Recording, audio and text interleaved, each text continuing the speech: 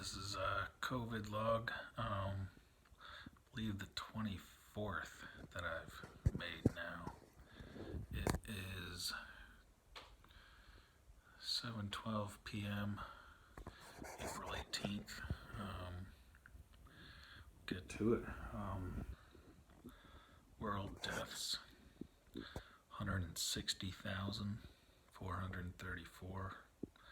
World cases are at just over 2.3 million. U.S. deaths, 38,920. U.S. cases, 736,790. So we're just at about 750,000 there.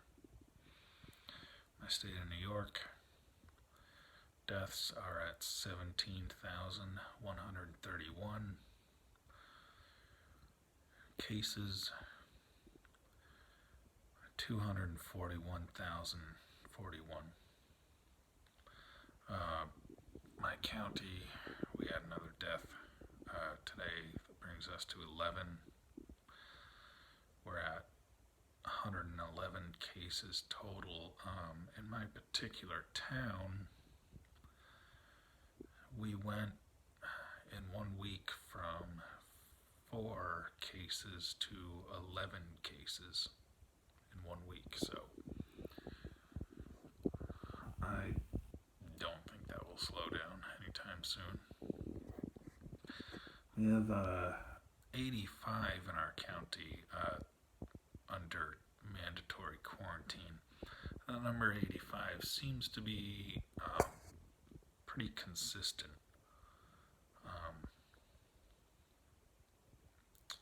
I do know currently we have a few patients in the ICU.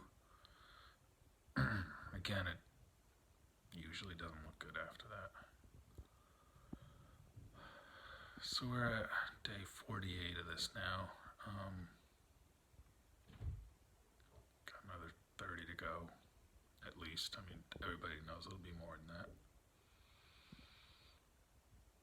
But one thing I've realized is it's become difficult to do this. I call it the numbers, and that's kind of a way to make it easier on myself. But yeah, it's difficult to take these down every day, look at them and everything. Just so nobody gets the wrong idea about that.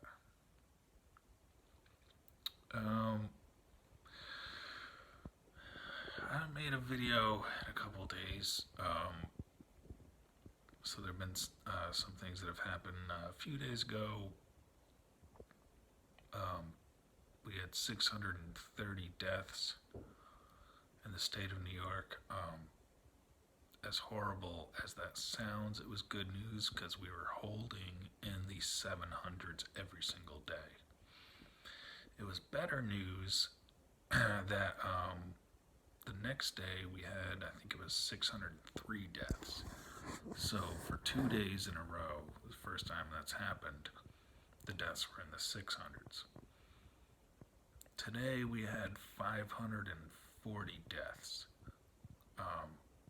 Again, as horrible as that number is, it does come as good news. I mean, not for the families of those people, obviously, but as a whole, we probably haven't been in the 500s in a good couple weeks. So, however, the problem is we still have a consistent hospitalization rate, which is about 2,000 people per day in our state.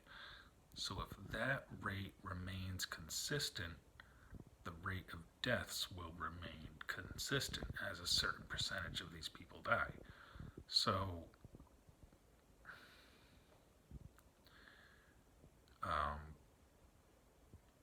we had 540 deaths today, but that same rate is going to the hospital, so we could see over 700 tomorrow. You never know.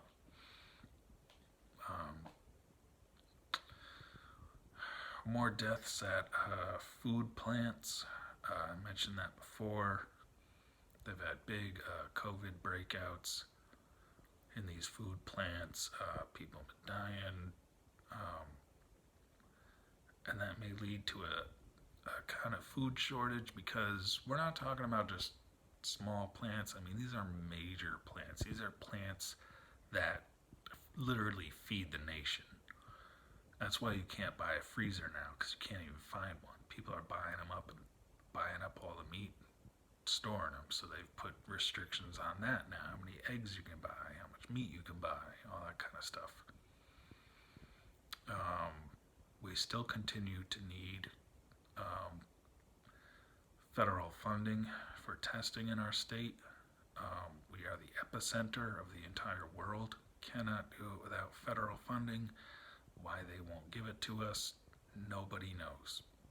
Nobody knows. I mentioned, I think it was the last video I made, that the small business loan program had ran out. Basically, these people are just screwed.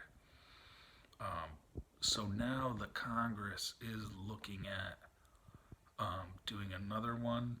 I don't know how soon it will come to them, but hopefully that goes through. There's, I think, over 22 million people now that have filed for unemployment. I know in just the past week, over 5 million people applied for unemployment.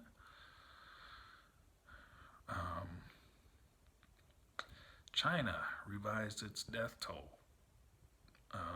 This whole breakout started in China.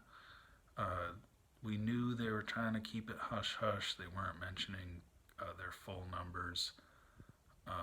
Pressure was put on them to release the truth, and they did. And it turns out that their death toll actually increased by 50% of what they initially reported. So, if you can even trust that number.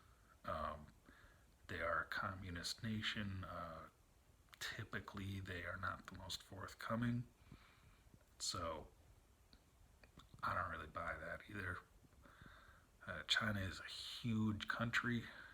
I'm not going to buy that they had only a few thousand deaths. When in the U.S., a smaller country has, going on 39,000.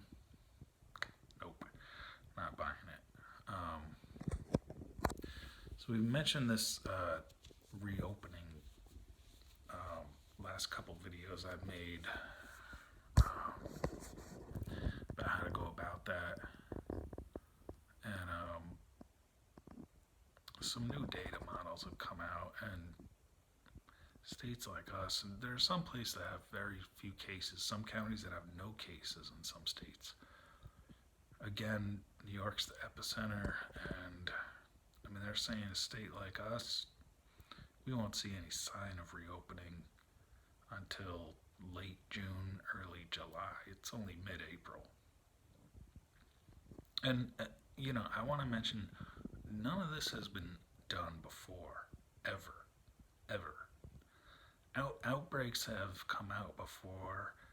They've killed plenty of people, but this whole thing about completely shutting a country down, then trying to figure out how to go about testing and all these other procedures to open up an entire country. I don't just mention this like this is just the norm as far as what happens, as far as,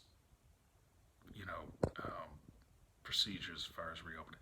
None of this has ever happened before in the history of the world. So, that's something I want to make clear too.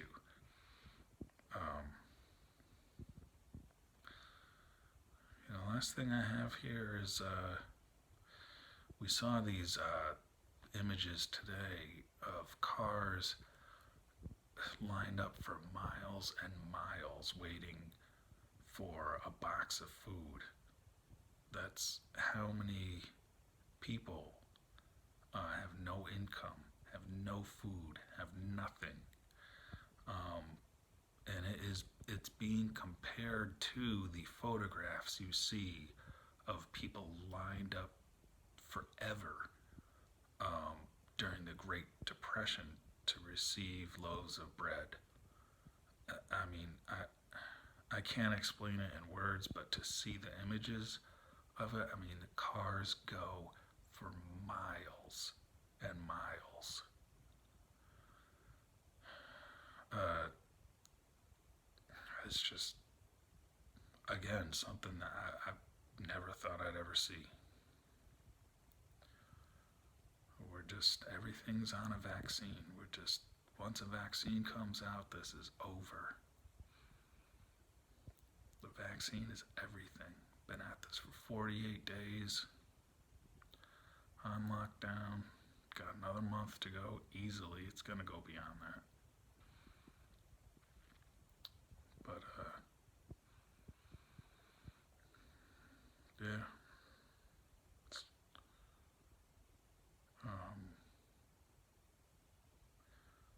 Hopefully we'll see the new normal soon.